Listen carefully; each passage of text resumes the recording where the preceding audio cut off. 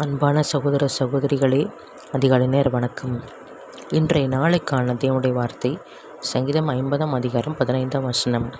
ஆபத்து காலத்தில் என்னை நோக்கி கூப்பிடு, நான் உன்னை விடுவிப்பேன், நீ என்னை மகிமைப்படுத்துவாய். இந்த வசனத்தை கேட்டுக்கொள்கிற தேவ ஜனங்களே, முதியோர்களே, பெரியவர்களே, சிறு பிள்ளைகளே, படிக்கிற பிள்ளைகளே, வாழை பிள்ளைகளே, காலேஜ் போகிற பிள்ளைகளே, நம்ம எப்போதும் சந்தோஷமாக யாராலும் சந்தோஷமாக யாராவது இருக்காங்களா சொல்லுங்கள்.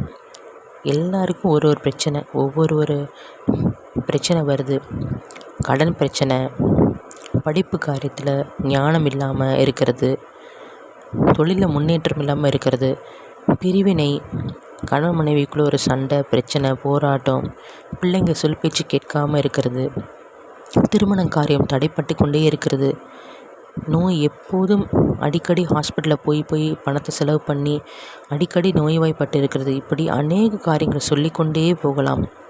ஆனால் கர்த்தர் சொல்கிறாரு இந்த வசனத்தின்படி, ஆபத்து காலத்தில் என்னை நோக்கி கூப்பிடு. நீ மனிதர்கிட்ட போகாத, மனிதர்கிட்ட புலம்பாத, மனிதர்களை நோக்கி போகப்படாத, ஃபஸ்ட்டு என்னை நோக்கி கூப்பிடு. முதலாவது எனக்கு முக்கியத்துவம் கொடுன்னு சொல்கிறாரு.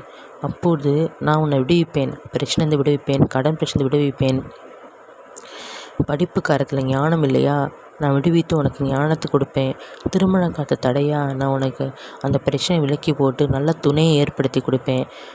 இப்படி அநேக காரியங்களை விடுவிக்கிற கர்த்தராக இருக்கிறார். கர்த்தர் எப்போது சிலுவை மரணத்தை ஏற்றுக்கொண்டாரோ அப்போதே நமக்கு விடுதலை கொடுத்து விட்டார்.